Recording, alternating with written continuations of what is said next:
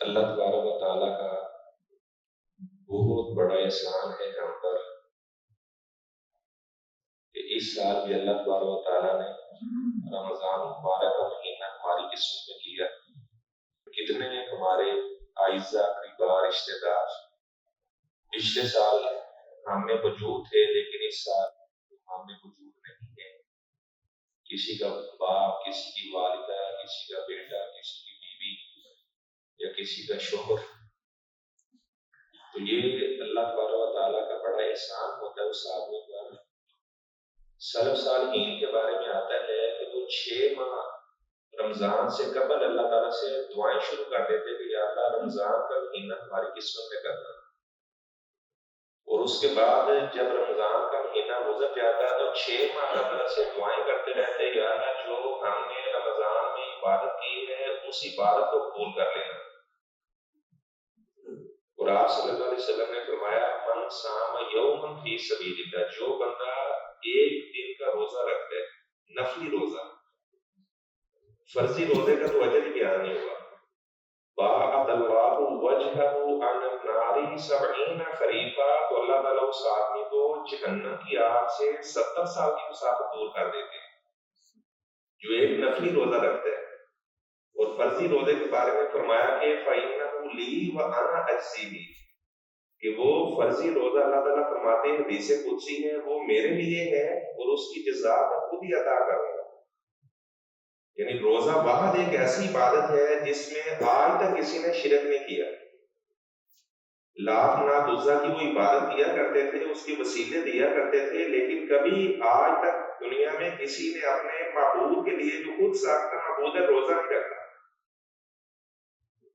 تو روزہ صرف اور صرف یہ اللہ تعالیٰ کے لیے خاص ہے۔ تمام لوگ اللہ کی رضا کے لیے روزہ رکھتے ہیں، اور گویا کہ رمضان کے مہینے میں اللہ تعالیٰ ہم سے مشق کروانا چاہتا ہے کہ جس اللہ تعالیٰ کے کہنے پر حلال چیز ہوتی ہے سامنے پڑی ہے، بندہ اسے ہاتھ بھی نہیں اٹھاتا۔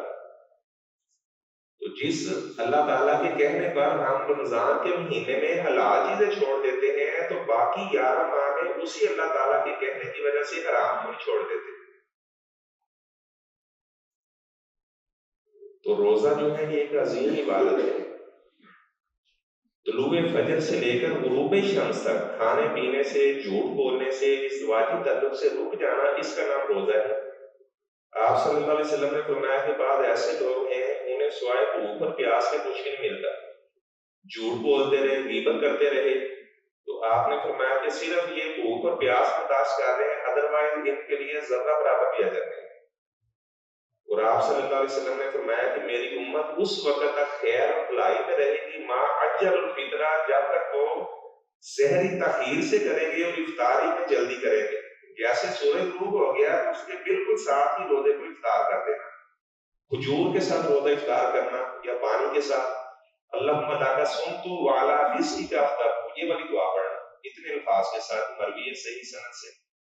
اور جب آپ کے حلق سے نیچے پانی چلا گیا یا کھجور چلی گئی تو پھر یہ والی دعا پڑھنا ذهب الظمأ وابتلت العروق وساعت الاجر انشاءاللہ، کہ میری رگیں تار ہو چکی ہیں اور مجھے اللہ تعالیٰ سے 100% یقین ہے کہ اللہ تعالیٰ ضرور بھی ضرور مجھے روزے کا اجر بھی عطا کرے گا۔ تو قرآن مجید میں 6 ایسے مقامات ہیں جہاں پر روزے کو بطور کفارہ کا ذکر کیا گیا، اور 2 مقامات حدیث میں ہیں جس میں روزے کو بطور کفارہ کا ذکر کیا گیا۔ تو ویسے تو میں نے انشاءاللہ ڈیلی آپ کے سامنے 15 منٹ میں جو پارہ ہم پڑھے کریں گے اس کا خلاصہ میں آپ کے ساتھ شیئر کیا کروں گا، اور زیادہ میں کوشش کروں گا جو احکامات ہیں وہ آپ کے ساتھ میں شیئر کروں۔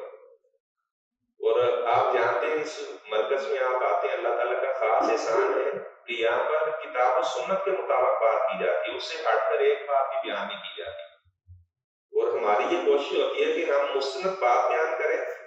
گویا کہ یہ آپ کا اپنا مرکز ہے، ہم سب کا یہ مرکز ہے، مل جل کر ہم آتے ہیں، بھائی چارہ، جیسے اللہ تعالیٰ نے ہمیں یہاں بھی اکٹھا کیا وہ ایسے اللہ تعالیٰ ہمیں جنت میں بھی اکٹھا فرمائے۔ تو آج جو کہ پہلا دن تھا تو روزوں کے یعنی چند مسائل میں آپ کے ساتھ شیئر کروں گا۔ اگر کوئی آدمی بھول کر کھا پی لیتا ہے تو وہ روزہ پورا کرے، اس کا روزہ نہیں ٹوٹے گا۔ اگر کوئی جان بوجھ کر کھا پی لیتا ہے تو اس کا روزہ ٹوٹ جائے گا۔ البتہ وہ گناہ گار ہوگا، توبہ کرے گا اور بعد میں اس روزے کی قضا دے گا۔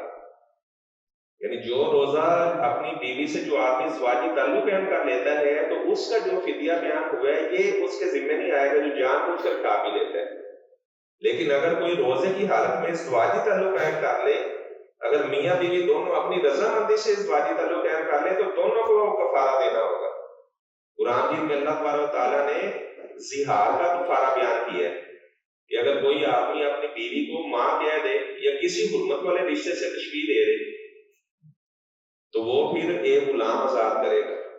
والذین یظاہرون من نسائہم ثم یعودون لما قالوا فتحریر رقبہ من قبل ان یتماسا۔ فرمایا کہ جو لوگ اپنی بیویوں سے زہار کر لیتے ہیں، اب یہاں پر ایک مسئلہ یہ بھی ہے کہ اگر کوئی بیوی اپنے خاوند کو کہہ دے کہ آپ میرے باپ کی طرح ہو، آپ میرے ماموں کی طرح ہو، میرے چچا کی طرح ہو، یعنی بیوی کسی حرام رشتے سے تشبیہ دے دے تو کیا وہ بھی زہار ہو جائے گا؟ تو فقہاء نے لکھا کہ نہیں، اللہ تبارک و تعالیٰ نے زہار کی نسبت مردوں کی طرف کی ہے۔ الذین یظاہرون من نسائہم، جو مرد اپنی بیویوں سے زہار کر لیتے ہیں، یہ جمع مذکر غائب کا صیغہ ہے، یہ مؤنث کی طرف اللہ نے اس کی نسبت نہیں کی۔ تو پتہ چلا کہ عورت اگر غصے میں ایسے کہہ دے تو اس کی طرف سے زہار واقعہ نہیں ہوگا، تو ایک غلام آزاد کرے گا۔ اگر کوئی غلام آزاد کرنے کی طاقت نہیں رکھتا تو فصیام شہرین متتابعین من قبل ان یتماسا، 2 ماہ کے اسے لگاتار روزے رکھنے ہوں گے۔ فمن لم یستطع، اگر کوئی اس کی بھی طاقت نہیں رکھتا تو وہ پھر کیا کرے؟ فاطعام 60 مسکینا، 60 مسکینوں کو کھانا کھلائے گا۔ مسکین کسے کہا جاتا ہے؟ جس کے پاس پیسے تو موجود ہیں البتہ اس کے اخراجات اس سے زیادہ ہیں تو اسے مسکین کہا جاتا ہے۔ یہ ڈیفینیشن نہیں ہے کہ جس کا باپ نہ ہو تو وہ یتیم ہے، جس کی ماں نہ ہو مسکین ہے، یہ تعریف نہیں ہے اس کی۔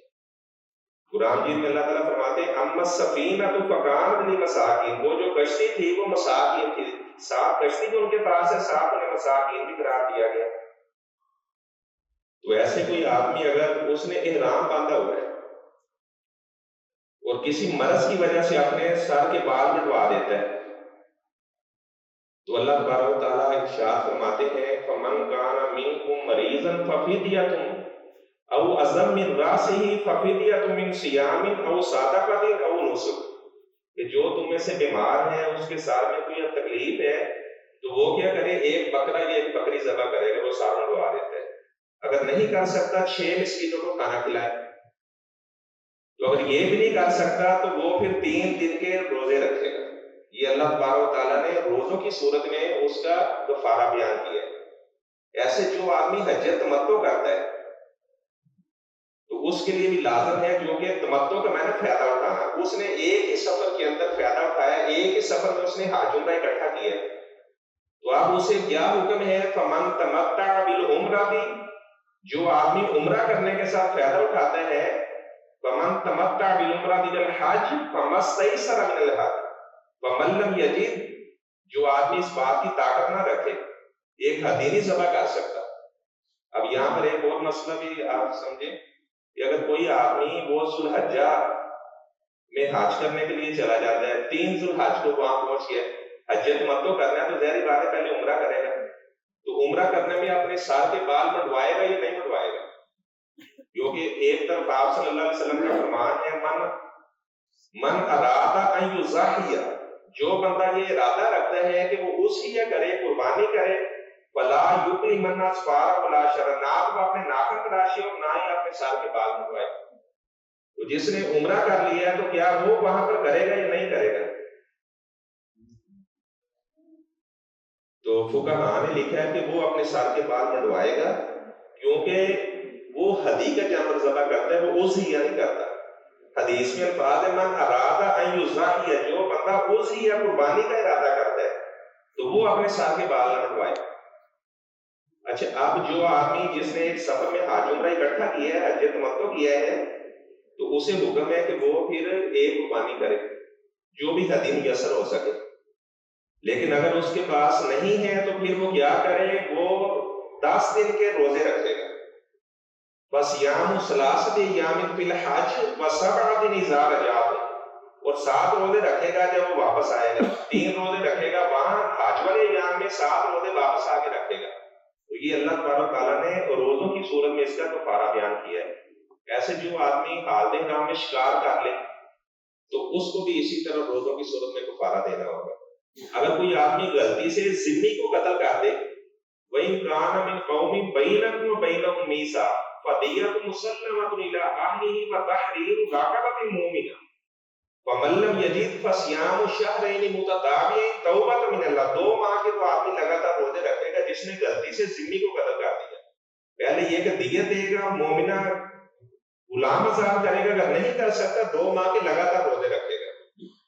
آپ صلی اللہ علیہ وسلم کا فرمان ہے جس نے ذمی آدمی کو قتل کر دیا، جو ہمارے ملک میں عیسائی ہے یا جو بھی غیر مسلم ذمی ہے، تو فرمایا کہ جنت میں جانا تو دور کی بات ہے، لم یجد رائحۃ الجنہ، وہ جنت کی خوشبو بھی نہیں پائے گا. یہاں پر مسلمان کو جناب مسلمانوں کو قتل کیا جا رہا ہے، تو مسلمان کو قتل کرنا کتنا بڑا کبیرہ گناہ ہے. تو پہلے بارے میں سورۃ فاتحہ ہے. پورے قرآن مجید میں سب سے زیادہ جو فضیلت والی سورت ہے وہ سورۃ فاتحہ ہے. آپ صلی اللہ علیہ وسلم نے بہت زیادہ فضیلت بیان کی سورۃ فاتحہ کی، اور اسے قرآن کا متن کہا جاتا ہے. پورا قرآن کی وہ سورۃ فاتحہ کی تشریح ہے.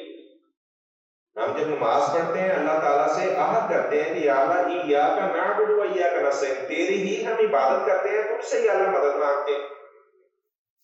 اور جو بھی توحید پرست لوگ ہیں وہ کبھی غیر اللہ کی عبادت نہیں کرتے. اور جو اہل شرک ہیں وہ لوگوں کو یہ دلیلیں پیش کرتے ہیں کہ آپ اپنا گھر میں بیوی سے کہتے کھانا لے آؤ، تو یہ بھی تو آپ مدد مانگتے ہیں، حالانکہ اس مدد کا اللہ تعالیٰ نے خود حکم دیا. وَتَعَاوَنُوا عَلَى الْبِرِّ وَالتَّقْوَىٰ، تحت الاسباب مدد کرنا، فرمایا کہ نیکی کے کاموں میں ایک دوسرے کا تعاون کیا کرو. فوق الاسباب، اگر کوئی آدمی کسی سے مدد مانگتے ہیں تو وہ شرک کرتا ہے. اور سورۃ فاتحہ یہ ایسی سورت ہے، میں نے بتایا پورے قرآن مجید میں سب سے زیادہ فضیلت والی سورت ہے. مسلم شریف کی حدیث ہے، حضرت ابو ہریرہ رضی اللہ تعالیٰ عنہ راوی ہیں، انہوں نے جب سورۃ فاتحہ کی عظمت کے بارے میں بیان کیا، انہوں نے کہا کہ جو بندہ نماز میں سورۃ فاتحہ نہیں پڑھتا فصلاتہ خداج، اس کی نماز ناقص ہے، اس کی نماز مکمل نہیں ہے. تو فارسی ان کا ایک شاگرد تھا، وہ کہنے لگا یا ابا ہریرہ انا نکون وراء الامام، جب ہم امام کے پیچھے ہوں، یہ کوئی اخبار سے نہیں پڑھ رہا، یہ مسلم شریف کی حدیث ہے. اس نے واضح کہا کہ جب امام کے پیچھے ہوں تو پھر، تو ابو ہریرہ رضی اللہ تعالیٰ عنہ نے جواب دیا اقرا بہا یا فارسی فی نفسی کا، امام کے پیچھے بھی ہو تب بھی آپ کو لازمی طور پر سورۃ فاتحہ پڑھنی ہے. ہمارے مسلمان تو جنازوں کے اوپر ظلم کرتے ہیں، وہ جنازوں کے اندر بھی سورۃ فاتحہ نہیں پڑھتے، وہ جناب 20-30 سیکنڈ کے اندر 4 تکبیریں کہہ کر ساتھ اسلام پھیر دیتے ہیں.